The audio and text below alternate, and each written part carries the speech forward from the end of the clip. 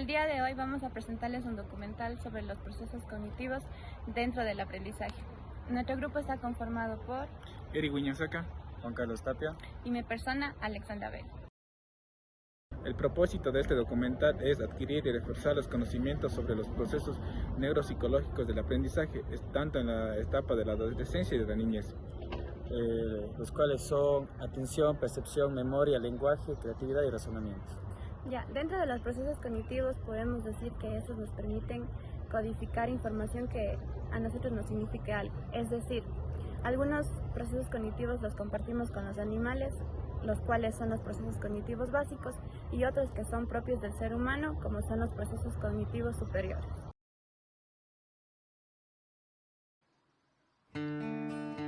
Los procesos cognitivos, ¿qué son? Los procesos cognitivos permiten el conocimiento y la interacción con el medio que nos rodea.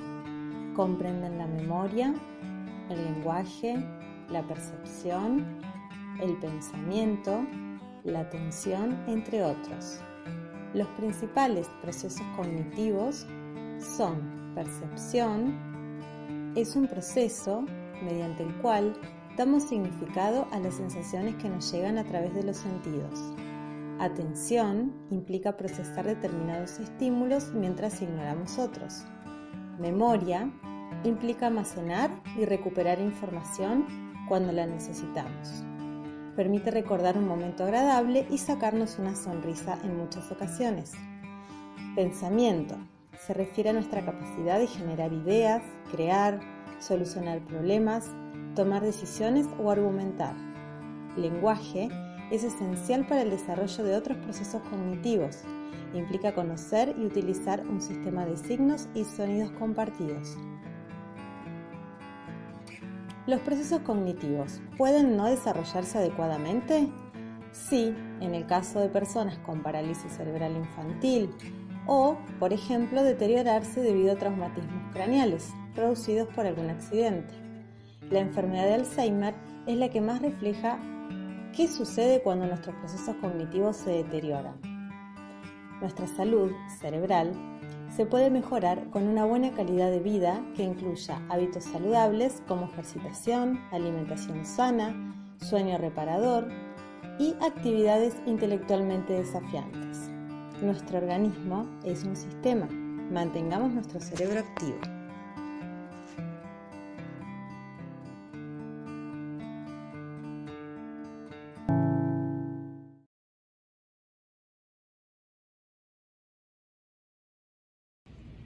Los procesos cognitivos son justamente las habilidades o capacidades que tiene el ser humano para poder procesar la información que recibimos a través de nuestros órganos sensoriales, por ejemplo.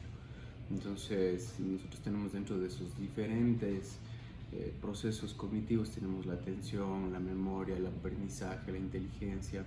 Cada una de estas habilidades, entre otras, pues obviamente tienen sus diferentes características y por ello cumplen una función específica. El caso de la memoria, una capacidad que nosotros tenemos para poder sintetizar la información que recibimos. Una vez que la sintetizamos, la comprendemos, la llevamos hacia nuestra parte más profunda de los recuerdos y la tenemos almacenada para cuando sea útil y poderla evocar para lo que podamos requerir. Otra capacidad cognitiva relevante también puede ser, por ejemplo, la inteligencia, que es esa capacidad de poder resolver situaciones complicadas, dudas, incertidumbres, y que obviamente se nutre de los conocimientos, de la experiencia, de las actividades que tenemos en general acumuladas en nuestra historia de vida y que están prestas para solventar cualquier tipo de problema. Tal vez dentro de la educación, uno de los temas importantes es la atención, una capacidad cognitiva muy importante como para poder dirigir justamente nuestra atención, nuestra mirada, nuestro interés hacia determinados puntos de manera voluntaria, de manera que podamos utilizar esa capacidad voluntaria de centrarnos, de dirigirnos hacia un contenido para poder ahí aprovechar al máximo de lo que tengamos a nuestro alrededor. Esa podría ser entre las más relevantes.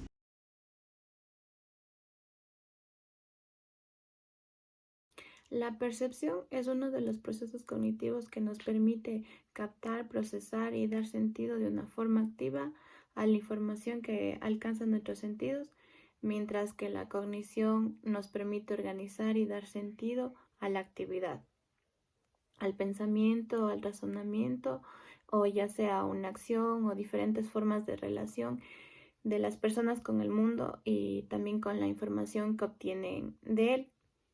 La percepción es una capacidad cognitiva que todos los seres humanos tenemos, la cual nos ayuda a recibir, interpretar y comprender todas las señales que provienen del mundo exterior que nos rodea, agregándoles a través de la actividad sensitiva, es decir, a través de nuestros sentidos. Esta forma parte del proceso cognitivo que nos ayuda a establecer un significado de todos los datos que nuestro cuerpo capta a modo de información bruta. Resumiéndolo, poniéndolo en conclusión, la percepción es la capacidad para seleccionar, guiar e interpretar nuestras sensaciones a través de estímulos, los cuales llegan a través de nuestros sentidos. Existen varios tipos de percepción, ya que la percepción es considerado un proceso complejo que nos ayuda a relacionarnos con el mundo. Por eso existen varios tipos.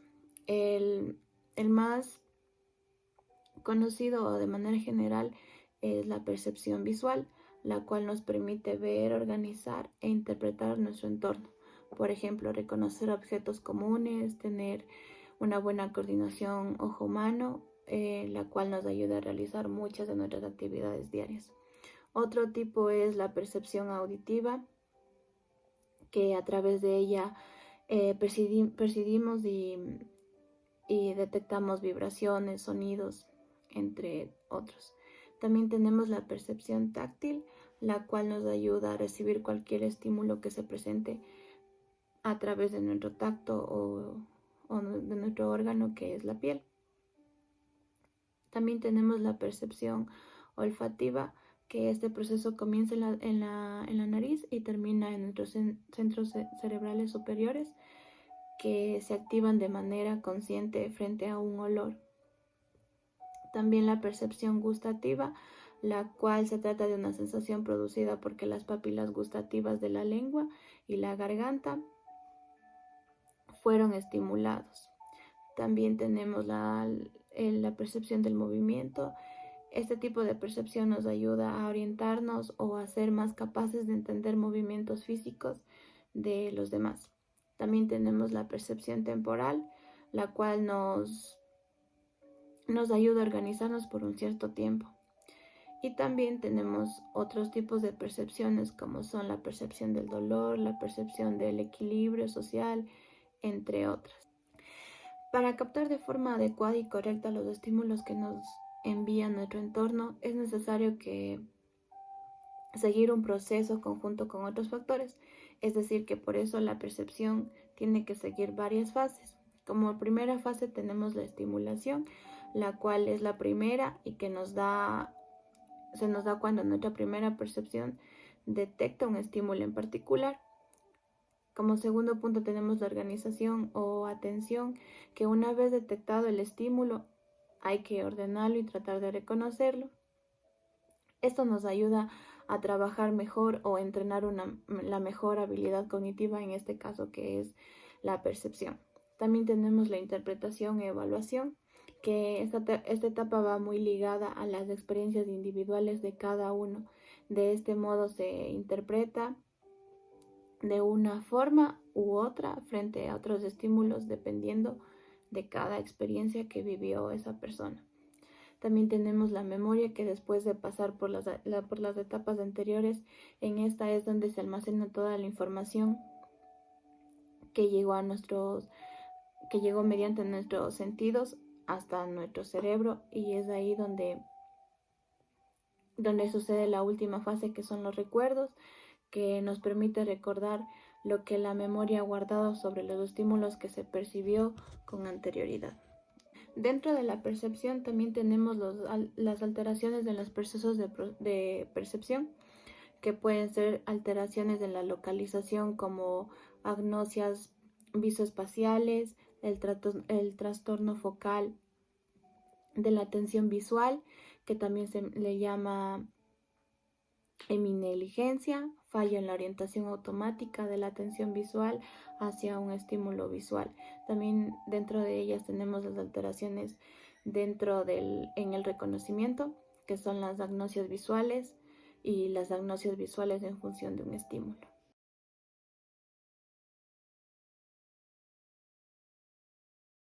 El lenguaje.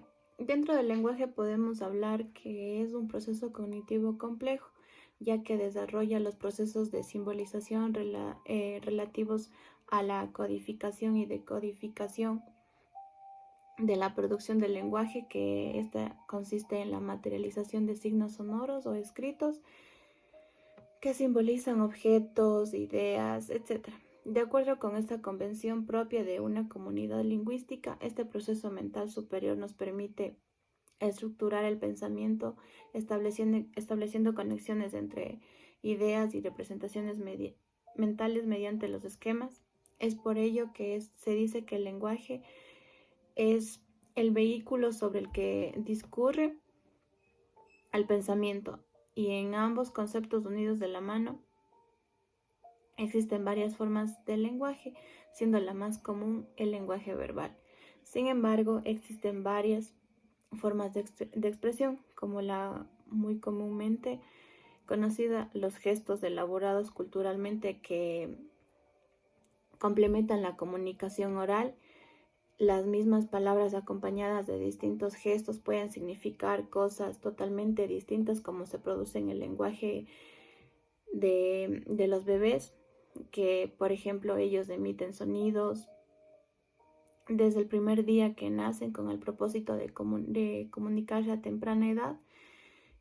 Entonces, el primer año producen sonidos que va con consecuencia de un llanto, el cual está presente desde el nacimiento, la cual es señal de angustia. Además de que existen varios tipos de llanto que pueden indicar distintas cosas. Dentro del lenguaje también existen varias patologías, la cual está la afasia, que por lo general se da a consecuencia de lesiones en el cerebro, que son alteraciones tanto en la comprensión como en la expresión y la elaboración de ideas. También tenemos el agramatismo, que es la alteración del lenguaje caracterizada por la dificultad de utilizar correctamente las reglas gramaticales del lenguaje. La disartria, que es la dificultad del habla debido a trastornos de tono y del movimiento de los músculos que controlan la articulación del lenguaje. También tenemos la disfasia evolutiva, que es el trastorno del desarrollo del lenguaje en niños que presenta una inteligencia normal y no presenta alteraciones en condiciones normales de un ambiente, pero sin embargo presentan un trastorno o bien en la expresión o también en la comprensión del lenguaje. Tenemos la disfasia infantil adquirida, que es una pérdida del lenguaje, ya sea tanto adquirido como una consecuencia de una lesión en el sistema nervioso. Tenemos la disfomanía, que es la dificultad para articular algunos fonemas, sílabas o palabras. También tenemos la logloconía, que es la repetición de una sílaba al final de una palabra. El mutismo, que es la ausencia del lenguaje o desaparición después de haberlo adquirido, puede tener origen con causas psicológicas, emocionales, funcionales, estructurales del organismo, o también puede ser por una mezcla de ellas. Tenemos el mutismo selectivo, que es cuando el sujeto se niega a hablar en determinadas situaciones o frente a determinadas personas. Generalmente es de origen psicológico y es temporal. Tenemos la parafasia, que es la producción involuntaria de sílabas, palabras o frases durante el habla. Es un trastorno que en el uso de las palabras, en el cual estas se usan de manera sin sentido o con el significado incorrecto. Tenemos también la tartamudez, que es el más conocido, que es un trastorno de habla que se caracteriza por la falta o alteración de la fluidez y el ritmo de la expresión oral. También se da de manera repetitiva e involuntaria de sílabas y palabras que por sí solos no pueden controlar.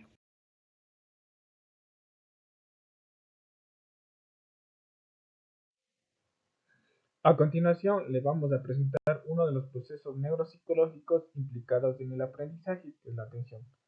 Podemos definir a la atención como un proceso cognitivo que es capaz de obtener y procesar la información de un estímulo. Este estímulo debe ser de forma llamativo o de interés de la persona, dejando a un lado los demás elementos que se encuentran a su alrededor.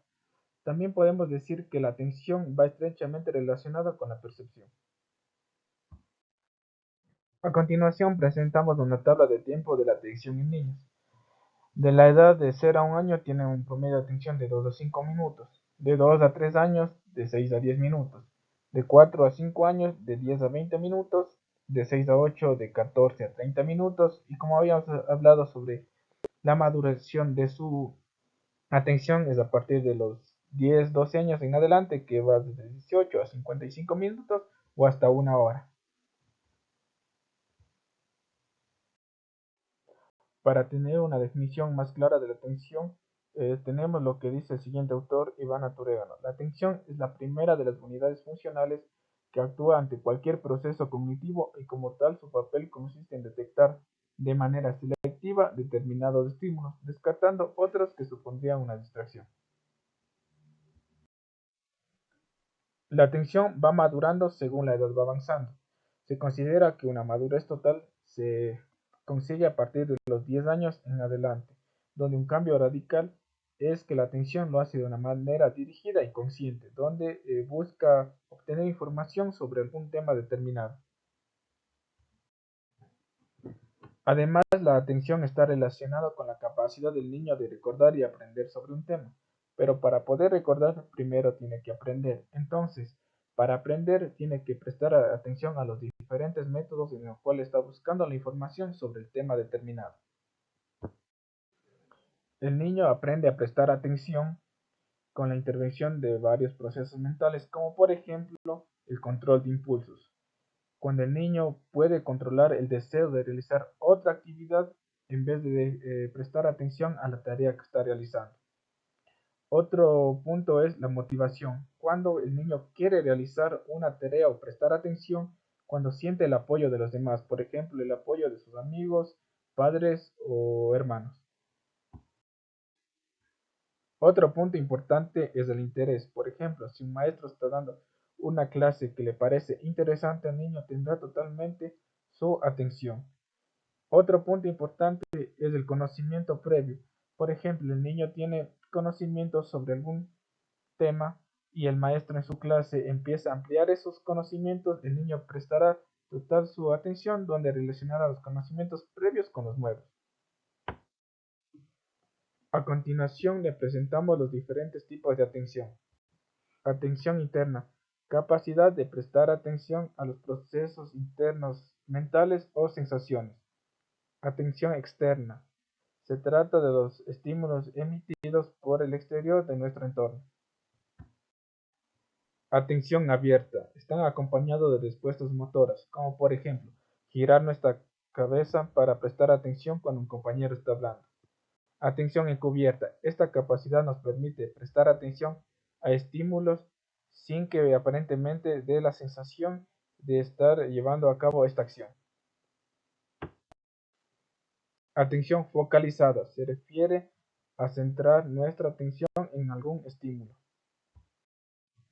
Atención sostenida es la capacidad de mantener nuestra atención durante un largo periodo de tiempo. Atención selectiva es la capacidad de seleccionar estímulos de nuestro interés en presencia de otros que formarán como distractores. Atención dividida es la capacidad de nuestro cerebro prestar atención a dos o más estímulos. Tenemos lo que es la atención auditiva, es la capacidad de prestar atención a los sonidos que se encuentran en nuestro entorno.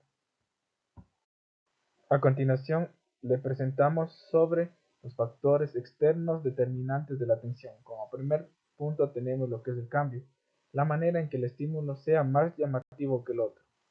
Segundo, tenemos lo que es el color.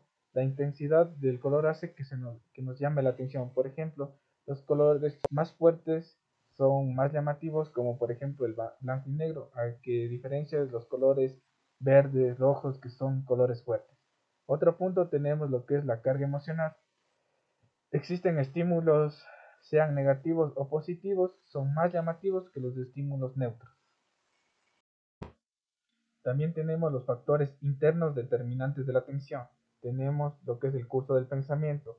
Cuando tenemos ideas sobre un tema y aparece un estímulo relacionado, la atención la relaciona y se dirige hacia aquello.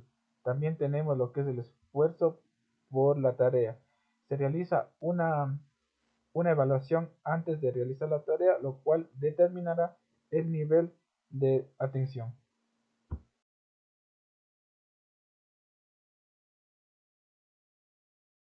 A continuación, el siguiente proceso neuropsicológico implicado en el aprendizaje es la memoria. La memoria es un proceso cognitivo que tiene la capacidad de retener y recuperar información de manera voluntaria. Es la manera en la cual recuerda sucesos del pasado. A continuación tenemos una definición según Molina y Yanga, 2019. Se define a este proceso mental como la capacidad para retener y hacer un uso secundario de una experiencia, basándose en las acciones del sistema nervioso y en particular del cerebro. A continuación revisaremos la importancia de la memoria. Esta destreza muy importante para retener y evocar eventos que han ocurrido antes mediante procesos neurobiológicos.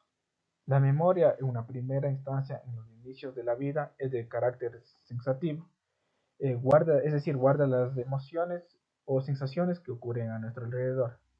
Luego tenemos la memoria de las conductas, en donde se ensayan movimientos los cuales se repiten de a poco y se van grabando. De tal manera la información se va reteniendo y se van aprendiendo experiencias que permiten que progrese y se adapte al entorno. También tenemos lo que es la memoria del conocimiento, o también conocida como la capacidad de introducir datos, almacenarlos y evocarlos cuando sea oportuno. Es importante para la memorización, la atención, la concentración y el estado emocional del sujeto. Son muy indispensables para que ésta se almacene de una buena manera. Además, el proceso de la memoria depende del interés de la persona, demostrando una actitud positiva al momento de asimilar algo.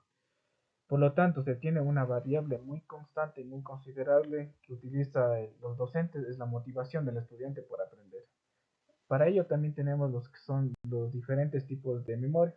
Tenemos la memoria sensorial, un tipo de memoria ultra corta con duración de pocos milisegundos. También tenemos la memoria que es a corto plazo, la información se retiene de segundos a minutos. Y también tenemos lo que es la memoria a largo plazo, la información se retiene durante horas, meses y años. Para profundizar más sobre la memoria a largo plazo, tenemos que estar relacionada con los conocimientos, experiencias y saberes que ocurren a lo largo de la vida y resulta fundamentalmente al momento de comprender.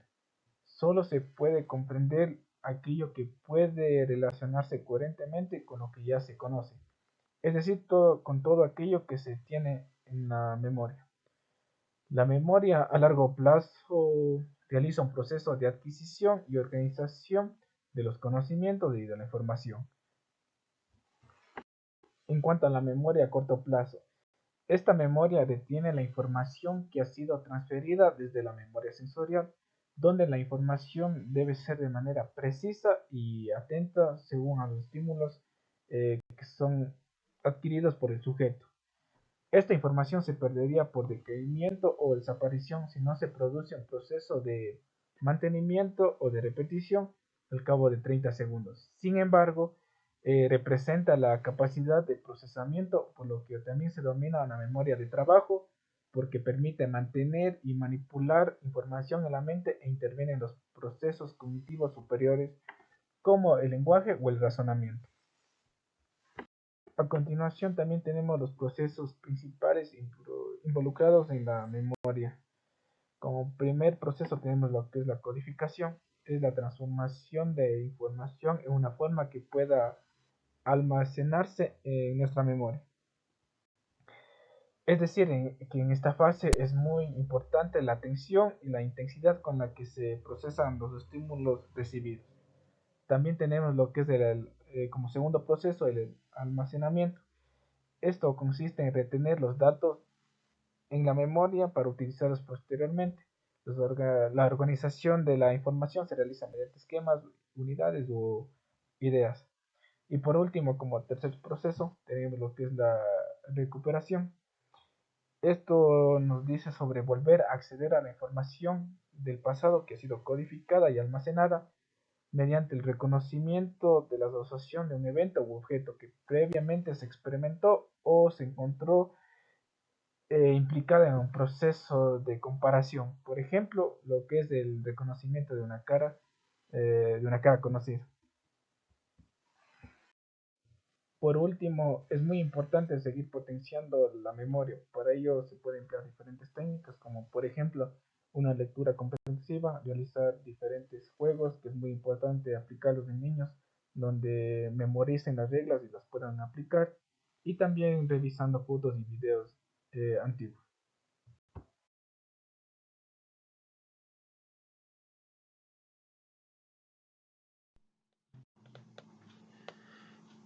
El razonamiento es un proceso mental que posibilita la resolución de problemas y el aprendizaje a través de la lógica, la reflexión y otras herramientas. También se entiende como el producto de un conjunto de habilidades cognitivas complejas a través de las cuales somos capaces de reaccionar o de relacionar y vincular diferentes informaciones de forma estructurada.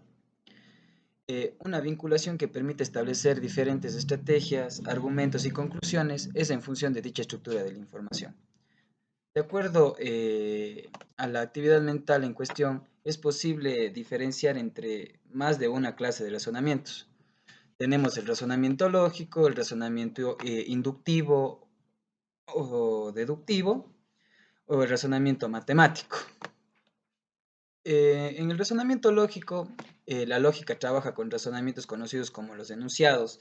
Estos enunciados pueden ser falsos o verdaderos, válidos o inválidos. Que un razonamiento sea falso no lo hace necesariamente inválido. La validez o invalidez de un razonamiento tiene que ver con su aspecto formal, según la forma que tiene dicho razonamiento. Si sus premisas son verdaderas, su conclusión debería ser verdadera. El razonamiento, entendido como un enunciado, se compone de dos elementos, las premisas y las conclusiones.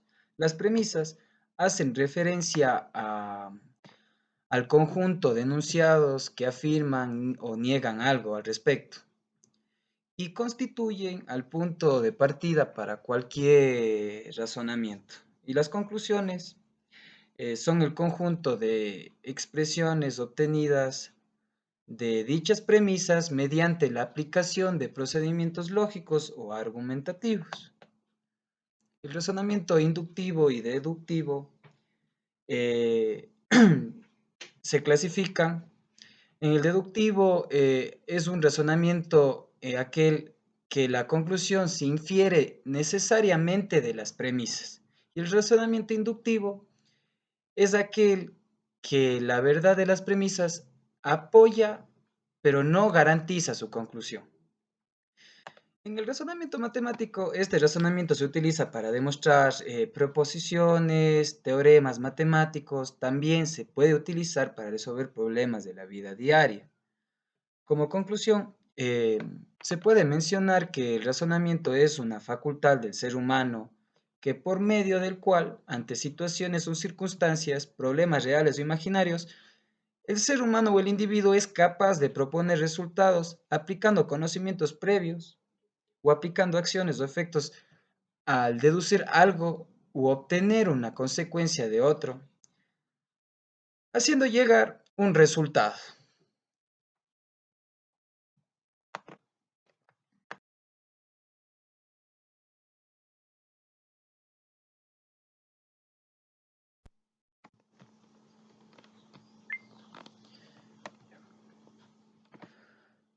La creatividad es la capacidad o habilidad del ser humano para crear cosas. Pueden ser objetos físicos, ideas, representaciones o simplemente fantasías. También se puede entender como un proceso dinámico o una fuerza viva y cambiante del ser humano. Es decir, es el motor del desarrollo personal y ha sido una parte fundamental para el desarrollo de la humanidad. El pensamiento creativo está muy valorado en nuestras sociedades, en las que la innovación y el cambio juegan un rol importante. En él intervienen la memoria, la inteligencia, la imaginación y otros procesos mentales complejos. Es fundamental mencionar los rasgos presentes de un creador o persona con cualidades creativas, los cuales pueden ser, primero, el pensamiento apto para el análisis, la síntesis, la organización, la combinación y la evaluación. También la personalidad, es decir, que cuando el sujeto es curioso, persiste, es flexible, es abierto a diferentes situaciones, es adaptable, es inconformista, es seguro, tolerante a la ambigüedad que puede estar pasando, es valiente, es controlador de las gratificaciones. Y como tercero, está la motivación intrínseca y de logro. El sujeto disfruta de lo que hace y se esfuerza por conseguir una meta con excelencia o una meta de excelencia. Por último, tenemos los conocimientos de los cuales posee un caudal suficiente y va más allá de la información que tiene presente y la va a superar introduciendo algún elemento original. Como características, eh, son varios, pero vamos a enfocarnos en los siguientes. Como número uno tenemos la espontaneidad. Es la aparición de la creatividad y suele ser espontánea, es decir, no planificada, y conduce a lo que muchos denominan la inspiración. Como segundo punto tenemos la libertad. Es el pensamiento creativo que no suele jugar por las reglas, más bien se contradice y se ubica en perspectivas novedosas y diferentes. La sensibilidad tiene que ver con la capacidad de asumir nuevas perspectivas, lo cual a menudo está vinculado con la sensibilidad y el pensamiento lúdico o juegos. Excitabilidad, como último punto, se estimula mediante el consumo de objetos culturales complejos, como tal vez arte, literatura, juegos, actividades que permiten a la persona tener una exploración más allá de la subjetividad del pensamiento original. Para algunos autores, la creatividad es entendida como un entrelazamiento de habilidades o formas de razonamiento previamente no relacionadas, argumentando en cuanto más inusual es la asociación, más creativa es la idea. Además, se le considera como, como un potencial latente que está denominado de todos los hombres que pueden manifestarse indistintamente en los diferentes cambios del conocimiento. O sea, dichos autores llegan a afirmar que el pensamiento creativo es la creatividad humana o la actividad humana para la resolución de problemas simples o complejos. Y también es un factor que dinamiza la evolución del hombre. En conclusión, se ha definido a este proceso cognitivo como la producción de ideas, objetivos y obras artísticas. Un fenómeno con elemento novedoso en las características de una persona, eh, de un proceso o de un procedimiento y equilibrio entre el análisis de la inventiva y la práctica.